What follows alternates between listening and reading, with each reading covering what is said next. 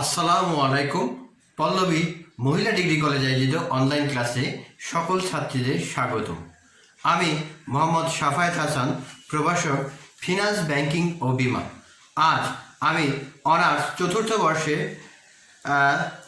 Bank ব্যবস্থাপনার প্রথম অধ্যায় বাণিজ্যিক ব্যাংকের পদ্ধতি কাঠামো নিয়ে আলোচনা করব। আজকে আমার দ্বিতীয় ক্লাসে আমি তোমাদের মাঝে হাজির হয়েছি। আমার ক্লাসের শুরুতে আমি সর্বপ্রথম ধন্যবাদ জানাচ্ছি মহান আল্লাহ তাআলাকে, যিনি এই করোনা মহামারীর সময় আমাদের সুস্থ সবল রেখেছেন। আমি আরও ধন্যবাদ জানাচ্ছি আমাদের অধ্যক্ষ, উপাধ্যক্ষ, অনলাইন ক্লাসের সাথে সংযুক্ত সকল শিক্ষক মণ্ডলী ও ছাত্রীবৃন্দ। সকলকে সালাম ও শুভেচ্ছা জানিয়ে আমি আমার আজকের ক্লাস শুরু করছি। আমি প্রথমেই আজকে আমার দ্বিতীয় ক্লাসের আজকে আলোচনা করব বাণিজ্যিক ব্যাংকের কাঠামো। এই বাণিজ্যিক ব্যাংকের কাঠামো নিয়ে আমি আজকে আলোচনা করব। বাণিজ্যিক ব্যাংকের কাঠামোটা খুবই গুরুত্বপূর্ণ, কারণ এখান থেকে তোমাদের কোশ্চেন এসে থাকে। তাই এটা খুবই জাতীয় বিশ্ববিদ্যালয়ে তোমাদের এই চতুর্থ বর্ষে খুবই গুরুত্বপূর্ণ একটা অধ্যায়। তো সর্বপ্রথম আমরা দেখব যে বাণিজ্যিক ব্যাংক কাঠামো। বাণিজ্যিক ব্যাংক এর কাঠামোতে আমরা কয় ভাগে ভাগ করতে পারি? 1. একক ব্যাংকিং। 2. শাখা banking. 3. Chain banking. 4. Group banking. আবার অনেকেই দেখা গেছে যে অনেক বইতে একটা আছে মিশ্র ব্যাংকিং।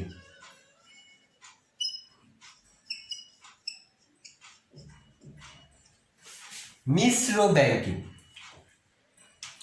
আমরা এখন এই কয়েকটা গ্রুপের সম্পর্কে ভালো মতো জানব।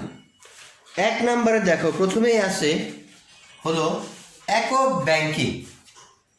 আমরা একক ব্যাংকিং বলতে কি বুঝি সেটা আমরা আলোচনা করব। একক ব্যাংকিং বলতে আমরা বুঝি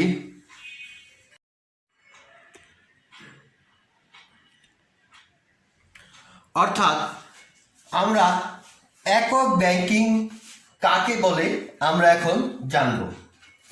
তো একক ব্যাংকিং হলো যে ব্যাংক কেবলমাত্র একটি অফিসের মাধ্যমে তার সকল ব্যাংকিং কার্যক্রম পরিচালনা করে, তাকে একক ব্যাংক বলে। এই ব্যাংকের একটি অফিস ছাড়া অন্য কোথাও শাখা থাকে না।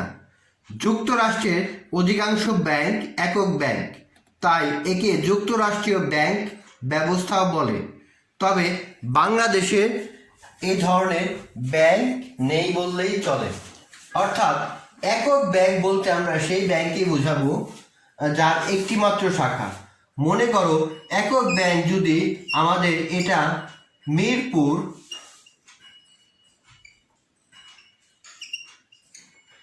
মিরপুরে অবস্থিত, তাহলে কি হবে? এই মিরপুরে কোথাও একটি মাত্র শাখা স্থাপন করে তাদের ব্যাংকিং কার্যক্রম, যেমন আমানত গ্রহণ ও ঋণ প্রদান, এই প্রভৃতি ব্যাংকিং কার্যক্রম শুধু মিরপুরবাসীর জন্যই প্রদান করবে। তাহলে একক ব্যাংক বলতে আমরা সেই ব্যাংকে বোঝাবো যে ব্যাংকের কোনো শাখা থাকবে না, একটি মাত্র অফিস থাকবে। সেই অফিসকে কেন্দ্র করে তাদের ব্যাংকিং কার্যক্রম চলবে। বাংলাদেশে এরকম কোনো ব্যাংকের অস্তিত্ব নেই। বাংলাদেশের অধিকাংশ ব্যাংকই শাখা ব্যাংক। আর যুক্তরাষ্ট্র অর্থাৎ আমেরিকা, এই যুক্তরাষ্ট্রের কেন্দ্রীয়ভাবে এরকম একক ব্যাংকে প্রত্যেকটা শহরেই প্রায় এই ব্যাংকের অস্তিত্ব লক্ষ্য করা যায়। অর্থাৎ আমেরিকার যে 27টি অঙ্গরাজ্য আছে, এই অঙ্গরাজ্যের ভিতরে দেখবা প্রত্যেকটা ব্যাংকেরই একক, প্রত্যেকটা ব্যাংক, প্রায় ব্যাংকই এদের একক ব্যাংক। এই একক ব্যাংক ওই অঞ্চলের মানুষদের জন্যই শুধুমাত্র সুবিধা প্রদান করে থাকে। তাহলে আমরা একক ব্যাংক সম্পর্কে জানলাম। এখন জানবো শাখা ব্যাংক। শাখা ব্যাংকিং কি? শাখা ব্যাংকিং হলো শাখা প্রশাখার মতো, যেটা তার ব্যাংকিং ছড়িয়ে যাবে, আমরা তাকেই শাখা ব্যাংকিং বলবো। অর্থাৎ এই ব্যাংকের একটা নির্দিষ্ট হেড অফিস বা কেন্দ্রীয় অফিস থাকবে। এই কেন্দ্রীয় অফিসকে আবর্তন করে অন্যান্য শাখার কার্যক্রম সম্প্রসারিত হবে। আমরা এই ব্যাংকের সংজ্ঞাটা এইভাবে বলতে পারি। দেখো, যে ব্যাংক ব্যবস্থায় একটি কেন্দ্রীয় অফিসের অধীনে দেশ বিদেশের বিভিন্ন স্থানে একই নামে অনেকগুলো শাখা প্রতিষ্ঠিত ও পরিচালিত হয়, তাকে শাখা ব্যাংক বা শাখা ব্যাংক বলে। বাংলাদেশ ব্যবস্থায় সামগ্রিকভাবে শাখা ব্যাংকের আওতাধীন। অর্থাৎ শাখা ব্যাংকটা আমরা সেই ব্যাংকেই বুঝাবো।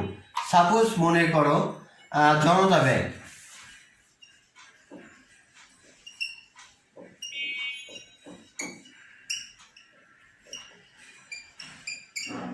জনতা ব্যাংক লিমিটেড একটা শাখা ব্যাংক।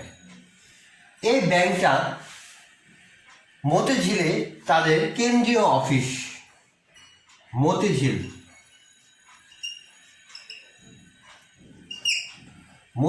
তাদের কেন্দ্রীয় অফিস। এই কেন্দ্রীয় অফিসকে আবর্তন করে সারা বাংলাদেশে এদের কার্যক্রম সম্পূর্ণ করছে। যেমন দেখা গেছে যে ফার্মগেট আছে মিরপুর,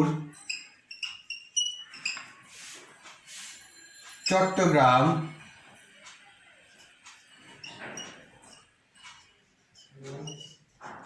সিলেট, তারপরে লন্ডনেও একটা শাখা আছে, তারপরে আছে খুলনা,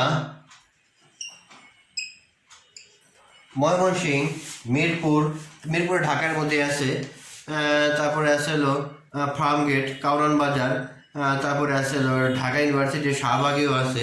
প্রত্যেকটা জায়গায় এদের মানে অফিস স্থাপন করে এই শাখা ব্যাংক তাদের কার্যক্রমগুলো পরিচালনা করছে। তাই শাখা ব্যাংক খুবই একটা গুরুত্বপূর্ণ বিষয়। বাংলাদেশে যে সকল ব্যাংকের অস্তিত্বগুলো আমরা লক্ষ্য রাখি, তা সবগুলোই শাখা ব্যাংক। বাংলাদেশের প্রায় সব ব্যাংকই শাখা ব্যাংকের অন্তর্ভুক্ত। এখন আমরা 3 নাম্বারটা নিয়ে আলোচনা করব, চেইন ব্যাংকিং। চেইন ব্যাংকিং কাকে বলে? চেইন ব্যাংকিং কাকে বলে সেটা আমরা প্রথমে সংজ্ঞা জানি, তারপরে এর বর্ণনা আমি আলোচনা করছি। দেখো, যে ব্যাংক ব্যবস্থায় একই শ্রেণীভুক্ত কপোতীয় ব্যাংক তাদের স্বাধীন সত্তা বজায় রেখে সমঝোতা ও সহযোগিতার মাধ্যমে ব্যাংকিং কার্যক্রম পরিচালনা করে, তাকে চেইন ব্যাংক বলে। এই ব্যবস্থায় সমজাতীয় কতগুলো ব্যাংক একই পরিবার, ব্যক্তিবর্গ বা সমমনা ব্যক্তিবর্গের অধীনে পরিচালিত হয়। যুক্তরাষ্ট্রে এরূপ ব্যাংক ব্যবস্থার বিকাশ লাভ করেছে, বাংলাদেশে এরকম ব্যাংক ব্যবস্থা গড়ে ওঠেনি। অর্থাৎ এই ব্যাংক ব্যবস্থার চেনের মতো, আমরা তো চেইন চিনি, দেখা গেছে যে চেইন বা শিকল টিকল এইসব জাতীয় এই অবস্থা। অর্থাৎ সমজাতীয় বা একই পরিমাণযোগ্য বা একই সমতাযোগ্য ব্যাংকগুলা যখন একত্রে তাদের সমঝোতার ভিত্তিতে যখন তারা ব্যবসা পরিচালনা করে, তখন তাকেই চেইন ব্যাংক বলে। এই চেইন ব্যাংক বাংলাদেশে এর কোনো অস্তিত্ব নাই, তবে মার্কিন যুক্তরাষ্ট্রে এর অস্তিত্ব লক্ষ্য করা গেছে। তারপরে আছে, দেখো 4 নম্বরে আছে গ্রুপ ব্যাংক। গ্রুপ ব্যাংক বলতে আমরা কি বুঝি? খুবই গুরুত্বপূর্ণ একটা পয়েন্ট। এটা তোমাদেরকে 1 মার্ক অথবা 4 মার্কের ভিতরেও আসতে পারে। তোমরা একটু মনোযোগ সহকারে সংজ্ঞাটা শোনো। যে ব্যাংক ব্যবস্থায় কোনো একটি আর্থিক প্রতিষ্ঠান একই ধরনের কতগুলো ছোট ব্যাংক গঠন করে বা একাধিক ব্যাংকের অধিকাংশ শেয়ার ক্রয়ের মাধ্যমে তাদের নিয়ন্ত্রণভার গ্রহণ করে সমন্বিত ব্যাংকিং কার্যক্রম পরিচালনা করে তাকে গ্রুপ ব্যাংক বলে। এ ব্যবস্থায় নিয়ন্ত্রণ প্রতিষ্ঠানকে হোল্ডিং ব্যাংক এবং যাদের নিয়ন্ত্রণ ভার গ্রহণ করা হয় তাদেরকে সাবসিডিয়ারি কোম্পানি বলা হয়। অর্থাৎ আমি একটা এখানে উদাহরণ দিই, উদাহরণ দিলে তোমরা ভালো মতো বুঝতে পারবে। মনে করো এবি ব্যাংক লিমিটেড এর অধীনে কতগুলো দুর্বল ব্যাংক যেমন ডাচ বাংলা, ব্র্যাক ব্যাংক, তারপরে আছে এলো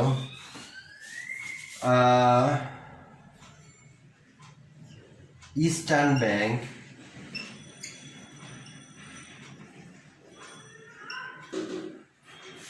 তারপরে আছে এলো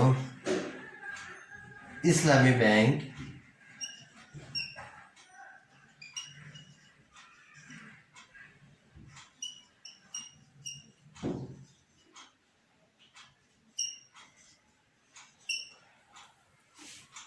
মনে করো এবি ব্যাংক একটা শক্তিশালী ব্যাংক। এই ব্যাংকটা কি করছে, এই সকল ব্যাংকের পুরোটাই কিনে নিচ্ছে। তাদের আর্থিক সামর্থ্য থাকার কারণে Dutch Bangla, BRAC, eastern bank, ইসলামী ব্যাংকগুলোকে কিনে নিয়েছে। তখন কিনে নেওয়ার ভিত্তিতে তখন এরা কি করবে, তাদেরকে সমন্বিত ব্যাংকিং কার্যক্রম পরিচালনা করে, অর্থাৎ এই সকল ব্যাংকে যখন নিয়ন্ত্রণ ভার গ্রহণ করে সমন্বিত মানে একত্রে এই সবগুলো ব্যাংক তাদের কার্যক্রম পরিচালনা করবে, তখন তাকে গ্রুপ ব্যাংকিং বলে। এই ব্যাংকটাকে বলা হবে হোল্ডিং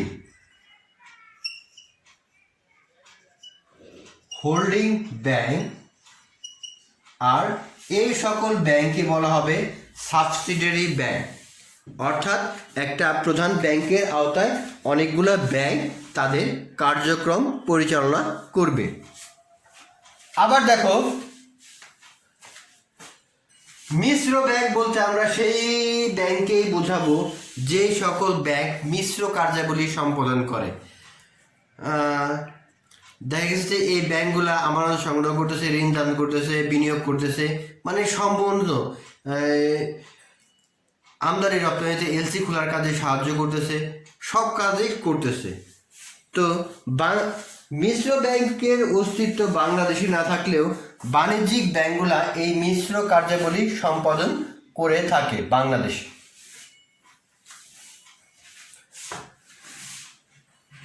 তাহলে আমরা এই বাণিজ্যিক ব্যাংকের কাঠামো সম্পর্কে ভালো মতো জানলাম। বাণিজ্যিক ব্যাংক কাঠামো সম্পর্কে আমরা জানলাম। আমরা এখন জানব একক ব্যাংক কাকে বলে। একক ব্যাংকের বৈশিষ্ট্য সম্পর্কে আমরা এখন ভালো মতো বুঝব। কারণ এই একক ব্যাংক কাকে বলে, একক ব্যাংকের বৈশিষ্ট্য অথবা সুবিধা অসুবিধা আলোচনা করো, এটা তোমাদের 10 মার্কের জন্য থাকতে পারে। তাই এটা খুবই গুরুত্বপূর্ণ একটা কোশ্চেন তোমাদের জাতীয় বিশ্ববিদ্যালয়। তো প্রথমে দেখো 1 নাম্বার, একক ব্যাংক কাকে বলে। একটু আগে আমি সংজ্ঞাটা ভালো মতো বুঝিয়েছি যে ব্যাংক একটি মাত্র অফিসের মাধ্যমে তাদের সমস্ত ব্যাংকিং কার্যক্রম সম্পাদন করে তাকে একক ব্যাংক বলে। অর্থাৎ একটা মাত্র এরিয়াতে এরা কার্যক্রম সম্পাদন করে।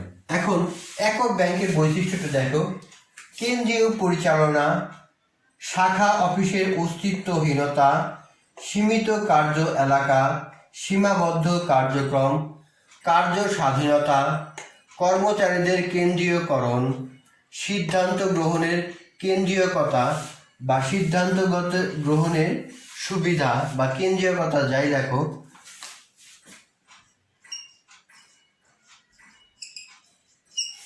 ক্ষুদ্রায়তন প্রতিষ্ঠান, এই সকল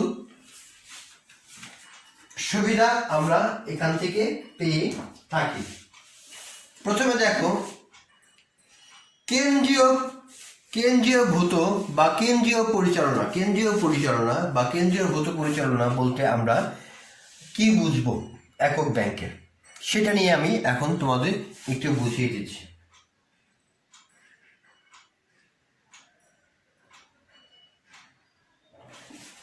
কেন্দ্রীয় পরিচালনা বলতে আমরা সেটাকেই বুঝাবো, অর্থাৎ যে ব্যাংক কেন্দ্র দ্বারা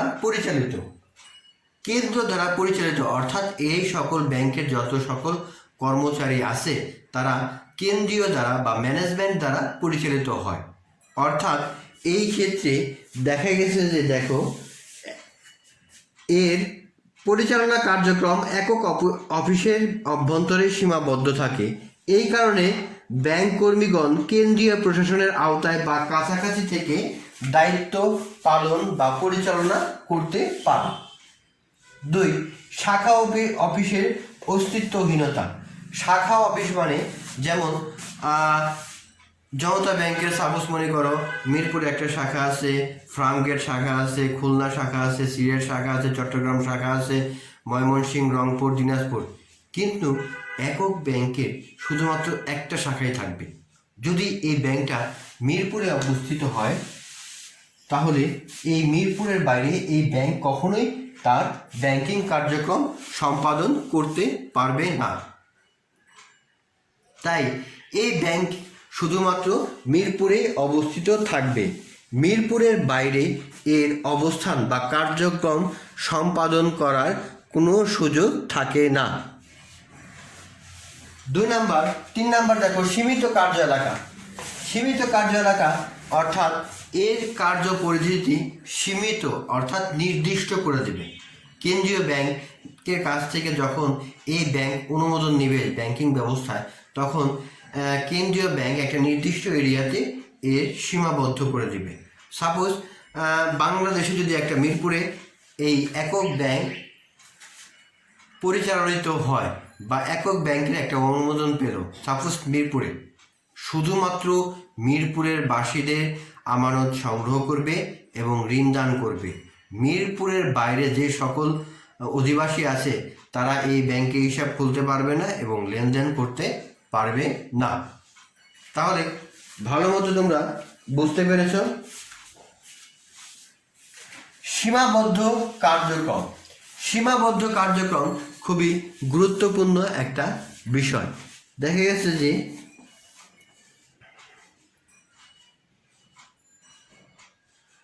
নির্দিষ্ট এলাকায় কাজ করতে হয় বলে একক ব্যাংক বিভিন্ন ধরনের বৈচিত্র্যপূর্ণ কার্যক্রমে অংশগ্রহণ করতে পারে না।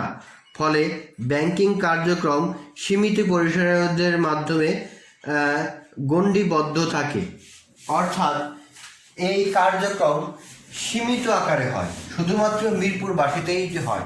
সাপোজ দেখা গেছে যে আমাদের বাণিজ্য মেলা যদি আগারগাঁওতে হয়, তাহলে ওই ব্যাংক চাইলেই আগারগাঁওতে তাদের কার্যক্রম বা কোনো প্রকার স্পন্সর পর্যন্ত এখানে করতে পারবে না। কেন? কারণ এটা একক ব্যাংক, শুধুমাত্র মিরপুরের ভিতরেই থাকবে।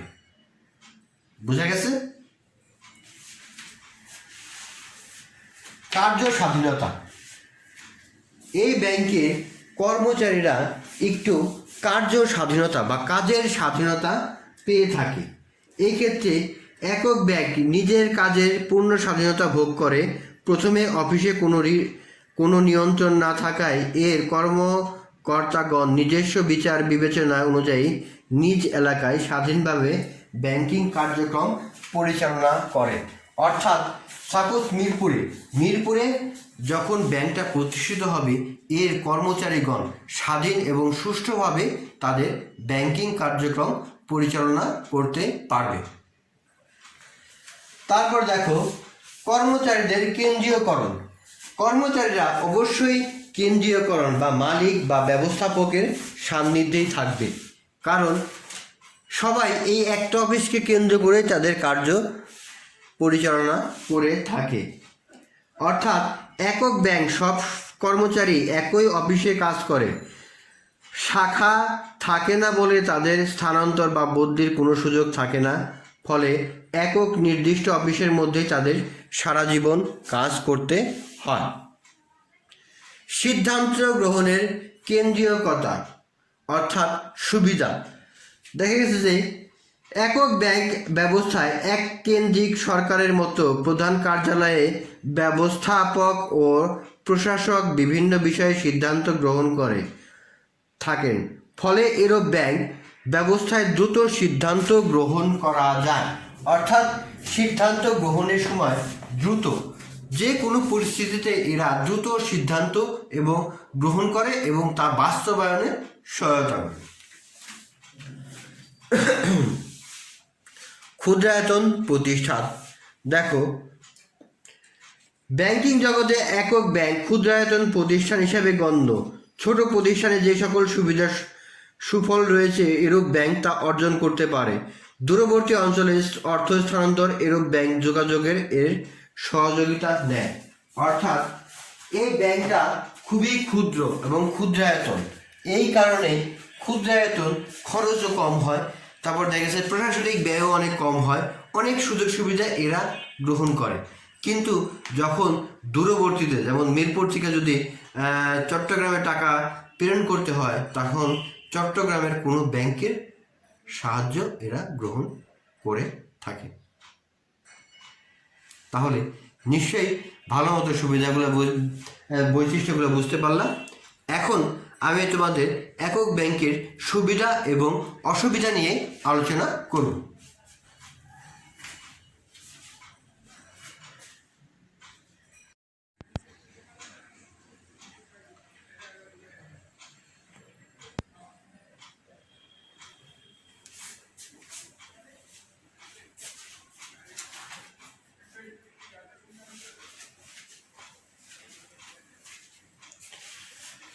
প্রিয় শিক্ষার্থী, এখন আমি তোমাদের মাঝে হাজির হয়েছি একক ব্যাংকের সুবিধা এবং অসুবিধা নিয়ে। তোমাদের 10 মার্কের কোশ্চেন আসতে পারে, একক ব্যাংক কাকে বলে, একক ব্যাংকের সুবিধা অসুবিধা আলোচনা করো। এই সুবিধা অসুবিধা নিয়ে আমি তোমাদের মাঝে হাজির হয়েছি। আমি এখন একক ব্যাংকের সুবিধা এবং অসুবিধা নিয়ে আলোচনা করব। প্রথমে আমরা আলোচনা করি সুবিধা নিয়ে।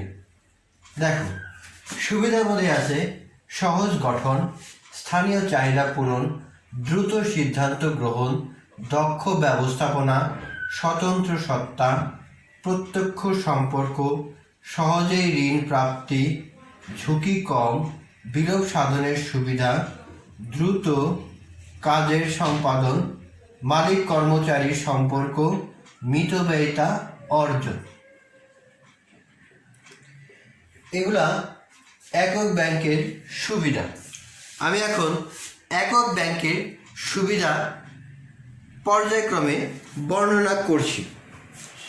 1 নম্বরে আছে, দেখো, সহজ গঠন।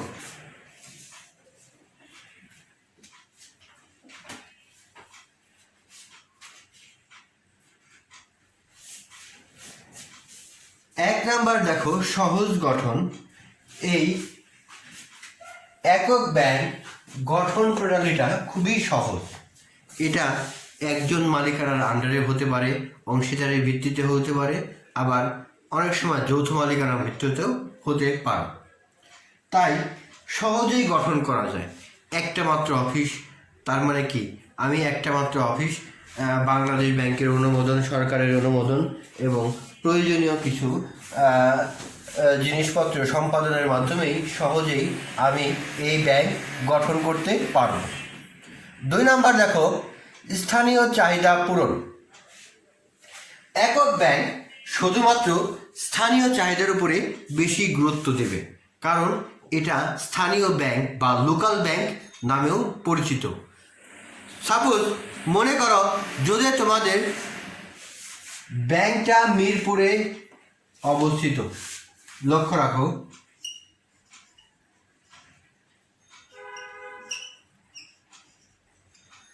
এই ব্যাংকটা মিরপুরে অবস্থিত, তার মানে মিরপুরে অবস্থানরত যে সকল বাসিন্দা আছে তারাই এই ব্যাংকের অগ্রাধিকার পাবে এবং প্রায়োরিটি মানে অগ্রাধিকার ভিত্তিতে সেবা পাবে। তার মানে কি, স্থানীয় চাহিদা পূরণ, মানে যে স্থানীয় বা এই লোকাল চাহিদাটা এই ব্যাংক পূরণে সক্ষম হয়। অর্থাৎ এই ব্যাংকটা যদি মিরপুরে অবস্থিত হয় তাহলে মিরপুরের মানুষের আগে চাহিদা পূরণ করবে। তার মানে স্থানীয় চাহিদা পূরণটা তোমরা সহজেই বুঝতে পেরেছ। 3 নাম্বার দেখো, দ্রুত সিদ্ধান্ত গ্রহণ। এই ব্যাংক কিভাবে দ্রুত সিদ্ধান্ত গ্রহণে সহায়তা করে তা আমি তোমাদের বিস্তারিত বর্ণনার মাধ্যমে বুঝিয়ে দিচ্ছি।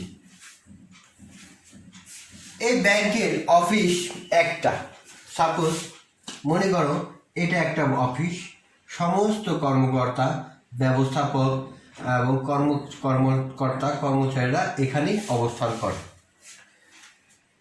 ঋণ নিয়ন্ত্রণের জন্য যদি ঋণ প্রদানের জন্য একটা বড় অঙ্কের ঋণ প্রদানের জন্য যদি একটা সিদ্ধান্ত গ্রহণ করতে হয় তাহলে কি করবে, সমস্ত কর্মকর্তা এবং কর্মচারীদের সাথে আলোচনা বসবে। যদি এটা শাখা ব্যাংক হতো তাহলে অবশ্যই এই সিদ্ধান্ত গ্রহণের জন্য প্রধান অফিস অর্থাৎ হেড অফিসের অনুমোদন প্রয়োজন ছিল। তা খুব কি বলবো, এটা সময়সাধ্য। মানে দেখা গেছে যে আজকে একটা প্রপোজাল পেলাম, আমি তাহলে এই প্রপোজালটা আগে হেড অফিস পাঠাবো, হেড অফিস যদি অনুমোদন দেয় তাহলে আমি এই ঋণ প্রদান করতে পারবো। তার মানে এটা প্রায় 6 থেকে 7 দিনের একটা দীর্ঘ সময়। কিন্তু এই একক ব্যাংকের ক্ষেত্রে এই সিদ্ধান্ত গ্রহণটা খুবই সহজ। দেখা গেছে যে আজকে প্রপোজাল পেল, আজকে বিকালে একটা মিটিং কল করলো, মিটিংয়ের মাধ্যমে সিদ্ধান্ত জানিয়ে দেওয়া যায় যে হ্যাঁ ঋণ প্রদান করা যায়। তার মানে কি, খুব সহজেই এই সিদ্ধান্ত প্রদান করা যায়।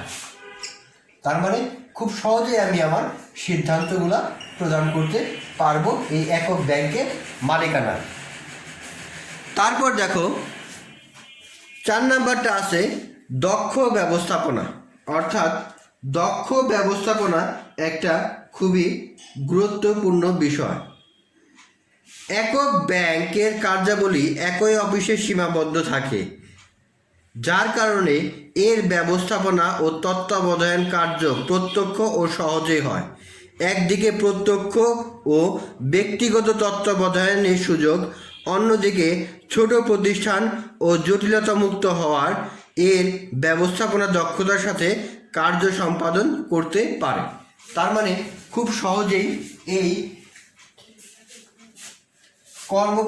কর্মচারীরা খুব সহজেই দক্ষতা অর্জন করতে পারে, কারণ এরা মহাব্যবস্থাপকের আন্ডারে বা অধীনে থাকে, তাদের সাথে প্রত্যক্ষভাবে যোগাযোগ হয় এবং তারা এই উপর লেভেলের ম্যানেজারের মাধ্যমে কর্মচারীরা তাদের অভিজ্ঞতা শেয়ার করতে পারে।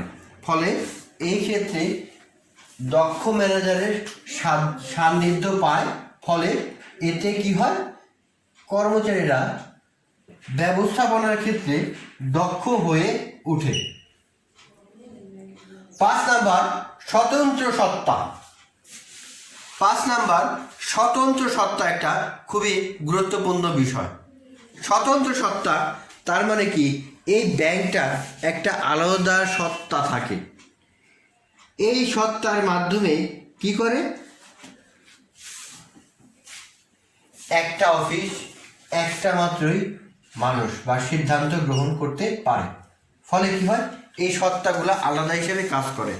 যে আমি একটা অফিস, এখানে তার লোকাল মানুষের সেবা প্রদান করবে। তারপর দেখা গেছে যে এই আলাদা একটা স্বতন্ত্র বৈশিষ্ট্য এরা থাকে। কিন্তু দেখা গেছে যে যদি এটা শাখা অফিস থাকতো তাহলে প্রত্যেক শাখায় এর মানে কি বলবো অনুমোদন নিতে হইতো। দেখা গেছে কোনো শাখা লস হয়েছে, কোনো শাখা প্রবলেমে আছে, তাদেরকেই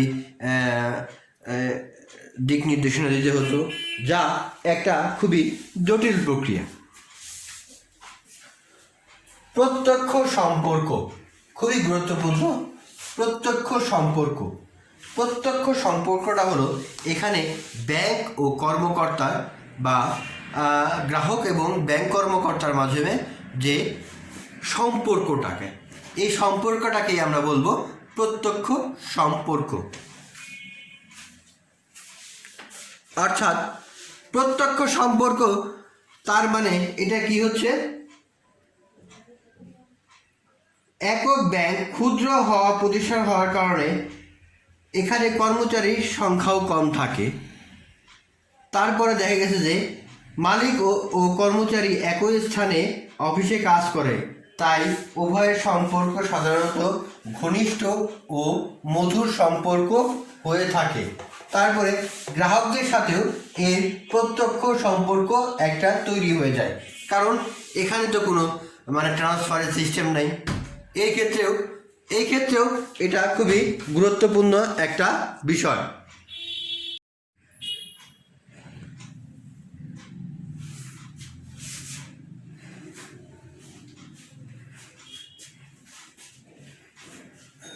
তার মানে প্রত্যক্ষ সম্পর্কটা আমরা খুব ভালো মতোই বুঝতে পারলাম। 7 নম্বর দেখো, সহজেই ঋণ প্রাপ্তি তার মানে কি, এই ব্যাংকের যারা গ্রাহক তারা থাকে স্থানীয়, সকলের কাছে বা ব্যাংক কর্মকর্তাদের সাথে সম্পূর্ণ পরিচিত থাকে। এতে কি হয়, তাদের সাথে জানাশোনাও একটা সম্পর্ক তৈরি হয়ে যায়, ফলে ঋণের ক্ষেত্রে এরা সহজেই ঋণ পেয়ে থাকে।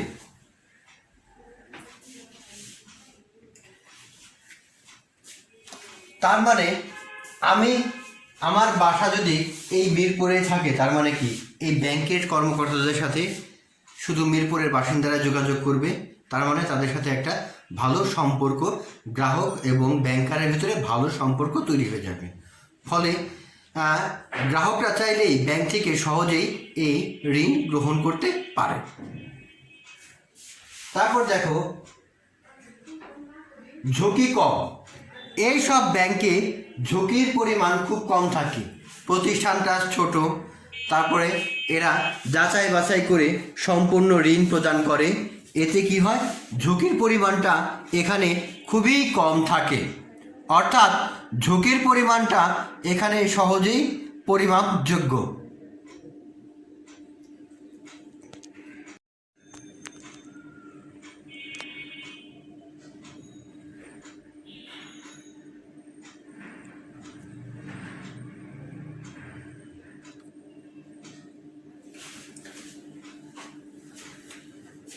তার মানে সহজেই ঝুঁকি কম মানে এর পরিধিও যেহেতু কম থাকে, তাহলে ঝুঁকির পরিমাণটাও স্বভাবতই কম থাকবে। তারপর দেখো, বিলোপ সাধনের সুবিধা এর মালিকানা চাইলেই যে দেখা গেছে সহজেই বিলোপ সাধন করতে পারে। গ্রাহকের প্রয়োজনীয় অর্থ পরিশোধ করে এরা সহজেই বিলোপ সাধন করতে পারে, কারণ এর বিলোপ সাধন শুধুমাত্র একটি অফিসে বিলোপ সাধন হবে। তার মানে কি শাখা অফিসের মতো পুরা দেশ জুড়ে এদের বিলোপ সাধনের প্রক্রিয়াটা সম্পূর্ণ করতে হয় না। দ্রুত কাজ সম্পাদন, একক ব্যাংকে দ্রুত কাজ সম্পাদন হয়, কারণ এই ক্ষেত্রে সমস্ত ম্যানেজার, কর্মচারী এবং মহাব্যবস্থাপক, তারপরে মালিক, শ্রমিকরা সব একত্রে কাজ করে। তার মানে এখানে কাজের সম্পাদন বা কাজ দ্রুতভাবে সম্পাদন করা যায়। মালিক কর্মচারী সম্পর্ক এই ক্ষেত্রে খুবই ভালো হয় বা মধুর সম্পর্ক তৈরি হয়, কারণ প্রত্যক্ষ এবং পরোক্ষভাবেও একে অন্যের সান্নিধ্যে থাকে। তার মানে একজন কর্মচারী দেখা গেছে যে মালিকের সাথে প্রায়ই দেখা হবে, কারণ মালিকও ওই একই অফিসে বসবে। তার মানে কি মালিক এবং কর্মচারীর ভেতরে খুব ভালো সম্পর্ক তৈরি হওয়ার একটা আস্থা থাকে। মিতব্যয়িতা অর্জন, এখান থেকে খুব সহজেই মিতব্যয়িতা অর্জন করা সম্ভব, কারণ মিতব্যয়িতার মাধ্যমেই এই ব্যাংক তাদের মুনাফা অর্জনের দিকে ধাবিত হবে। কারণ ব্যাংক কর্মকর্তারা চাইলেই তাদের খরচগুলো খুব সহজেই কমিয়ে ফেলতে পারে, কারণ এতে শাখা খরচের শাখা সম্প্রসারণের মতো যে খরচগুলো সেগুলো এখানে হয় না বললেই চলে। তার মানে সহজেই এখানে মিতব্যয়িতা অর্জন করতে পারে। তার মানে সুবিধাগুলো আমরা এখন খুব ভালো মতো বুঝতে পারলাম। এখন দেখো অসুবিধা। অর্থ স্থানান্তরের সমস্যা, অধিক মূলধন গঠনের অসমর্থ, দক্ষ ব্যবস্থাপকের অভাব, ঝুঁকি বন্টনের অসুবিধা, মূলধনের গতিশীলতার অভাব, তারল্য সমস্যা, কর্মীদের প্রেরণার অভাব। এই কয়েকটা পয়েন্ট আমি খুব সহজেই এখন তোমাদের মাঝে বর্ণনা করব।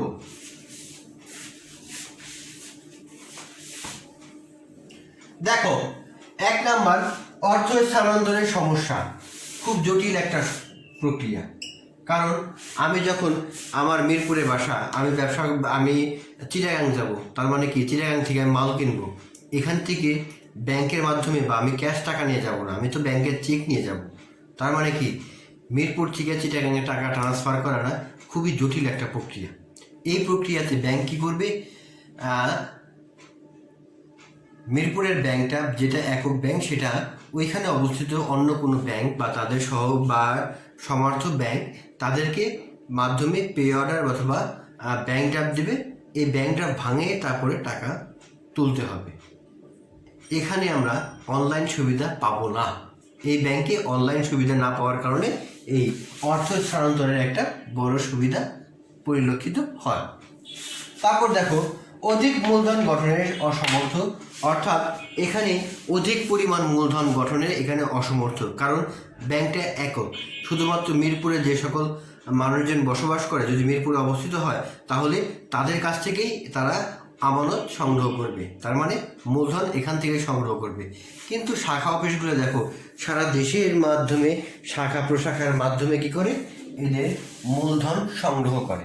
তার মানে কি সারা দেশ থেকে এরা মূলধন সংগ্রহ করে, কিন্তু একক ব্যাংক শুধুমাত্র মিরপুরে অবস্থিত হলে মিরপুর থেকেই কি করবে, মূলধন সংগ্রহ করবে। দক্ষ ব্যবস্থাপকের অভাব, এখানে দক্ষ ব্যবস্থাপকের খুবই অভাব থাকে, কারণ এখানে নাই কোনো প্রমোশন, কেউ থাকতেও চাবে না, ভালো কর্মচারীরা এখানে থাকতে যাবে না, কোনো প্রমোশন নাই, কোনো বিনোদন নাই বা অন্য কোনো কিছুই নেই। ফলে কি হবে, এখান থেকে কেউ বা এখানে কেউ তার যদি বেশি দক্ষতা থাকে তাহলে সে অন্যখানে চলে যাবে, অথবা নতুন কোনো পদ সৃষ্টি হবে না। ফলে দেখা গেছে যে একজন লোক সে 20 বছর ধরে চাকরি করতেছে, তার নতুন কোনো জ্ঞান নাই, তার নতুন কোনো দক্ষতা নাই, ফলে তাকে তো ব্যাংক ছাঁটাই করতে পারবে না।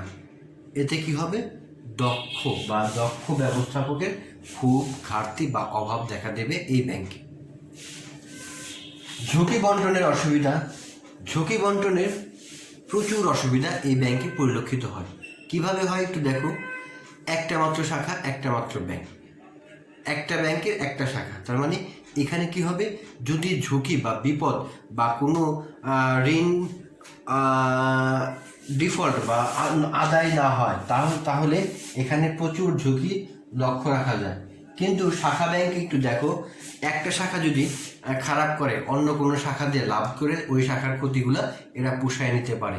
কিন্তু এই একক ব্যাংকে একটা মাত্র শাখার কারণে এখানে যদি তারা লস করে, তার মানে পুরো ব্যাংকেই লসটা বহন করতে হয়। এই ঝুঁকিটা অন্য কোথাও ডাইভার্ট করা বা সরিয়ে ফেলা যায় না, কিন্তু শাখা ব্যাংক এটা করতে পারে। তারপর দেখো, মূলধনের গতিশীলতার অভাব, এখানে মূলধনের গতিশীলতা ব্যাপক অভাব লক্ষিত করা যায়। সাপোজ মনে করো মিরপুরে তেমন ভালো কোনো শিল্প কারখানা নাই, ফলে তাদের টাকার গতিশীলতা অর্জিত হবে না। এতে কী হবে, টাকার বা মূলধনের গতিশীলতা আসবে না। কিন্তু যদি কোনো ইপিজেড এরিয়াতে হতো, যেমন নারায়ণগঞ্জ শিল্প অঞ্চলে, তেজগাঁও শিল্প অঞ্চলে, কিংবা দেখা গেছে চিটাগাং তাদের শিল্প অঞ্চলে হতো, তার মানে কি ব্যবসায়ীরা প্রচুর পরিমাণে ঋণ নিত এবং তাদের টাকাগুলো ফেরত দিত, আবার ঋণ দিত, টাকা ফেরত নিত, ঋণ দিত। এতে কী হতো, টাকার একটা গতিশীলতা তৈরি হয়। টাকার গতিশীলতার অভাবে এখানে মূলধনের গতিশীলতা প্রচুর পরিলক্ষিত হয়। তারল্য সমস্যা একটা জটিল সমস্যা। শাখা ব্যাংক যদি কোনো ব্রাঞ্চে টাকা না থাকে, অন্য কোনো শাখা থেকে তারল্য এনে তার সংকট সমাধান করতে পারে। কিন্তু এই ব্যাংকের যদি তারল্য মানে অর্থ যে সংকট দেখা দেয়, তার মানে কি হবে, কার কাছ থেকে ধার করবে? কারো কাছ থেকে ধার করার সামর্থ্য থাকবে না। তখন হঠাৎ করে মানে চাহিদা চাইলে তারা পারবে না। এতে কি হয়, যদি গ্রাহকের টাকা সময় মতো তাকে পরিশোধ করতে না পারি, তাহলে ব্যাংকের একটা বদনাম হয়ে যায়। তারল্য সমস্যাটা কিন্তু খুবই গুরুত্বপূর্ণ একটা সমস্যা এই একক ব্যাংকের ক্ষেত্রে। কর্মীদের পেশনার বড়ই অভাব। কর্মীদের পেশনার অভাব তার মানে এখানে কর্মীরা যদি কেউ অফিসার পোস্টে জয়েন করে, তাহলে তাকে এই অফিসার পোস্ট থেকেই তার রিটায়ারমেন্ট করতে হবে, কারণ এখানে পদোন্নতির কোনো সুযোগ নাই। সাপোজ একক ব্যাংকে 10 জন লোক কাজ করে, এই 10টা পোস্ট ফাঁকা আছে, 10 জন লোকই আছে, তার মানে কি এখান থেকে কেউ যাবেও না, সবাই ওই পোস্টে চাকরি করবে সারা জীবন। এতে কি হয়, কর্মচারীরা হতাশ হয়ে পড়ে, কারণ তাদের যথেষ্ট দক্ষতা থাকা সত্ত্বেও ব্যবস্থাপকরা তাদের পদোন্নতি দিতে পারে না, ফলে ব্যাপক আকারে হতাশা পরিলক্ষিত হয়। প্রিয় শিক্ষার্থীরা, তোমরা একক ব্যাংকের সুবিধা অসুবিধা সম্পর্কে ভালো মতো জানতে পারলাম। আজকে এই পর্যন্তই। পরবর্তী ক্লাসে শাখা ব্যাংকের বৈশিষ্ট্য, সুবিধা অসুবিধা নিয়ে আলোচনা করব। সেই পর্যন্ত সবাই সুস্থ থাকো, ভালো থাকো, এই কামনাই করি। আমি আল্লাহর কাছে দোয়া করি, আল্লাহ যেন তোমাদেরকে সুস্থ সবল রাখে। তোমরা আল্লাহর কাছে আমার জন্য দোয়া করবে। আমি আল্লাহর কাছে লাখ লাখ শুকরিয়া আদায় করতেছি, তিনি এই করোনা মহামারীর সময় আমাদের সুস্থ সবল রেখেছেন। আমি আরও ধন্যবাদ জানাচ্ছি আমাদের অধ্যক্ষ, উপাধ্যক্ষ এবং অনলাইন ক্লাসের সাথে যুক্ত সকল শিক্ষক মণ্ডলী ও ছাত্রীবৃন্দ। তোমাদেরকে শুভেচ্ছা ও সালাম জানিয়ে আমি আজকের ক্লাস এখানেই শেষ করছি।